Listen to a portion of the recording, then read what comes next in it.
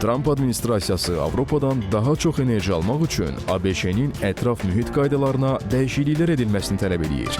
Məqsəd Amerikanın enerji dominantlığını üzə çıxarmaq, neft, qaz və kömür istehsalını genişləndirməkdir. ABŞ enerji katibi Chris Wright Parisdə yerləşən Beynəlxalq Enerji Agentliyinə planetin istiləşməsinə səbəb olan qaz tullantılarını 2050-ci ilə qədər xalis sıfıra endirmək məqsədlərinə dəstəyindən imtina etmək üçün bir illik müddət verib. Əks halda ABŞ-ni üzv kimi itirmə riski yaranacaq.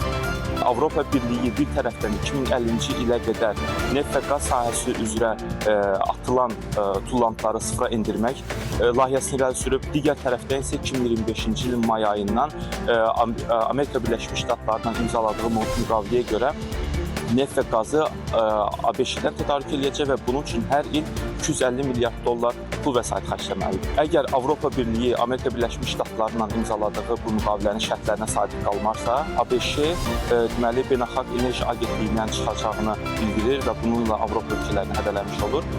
Bunu nəzərinizə çatdırım ki, əgər bu birlikdən çıxarsa Amerika Birləşmiş Ştatları Avropanı enerji sahəsində böyük bir qıtlıq gözləyirlər. Çünki Avropa nə qədər də environmental friendly, yəni ətraf mühitin qorunmasının tərəfində olsa da belə, həmçinin solar günəş panelləri və külək turbinləri tiksə də belə tam o enerji sahəsinə uyğunlaşmır, tam oturuşmadığı üçün neft və qaza böyük bir tələbat var hələ də.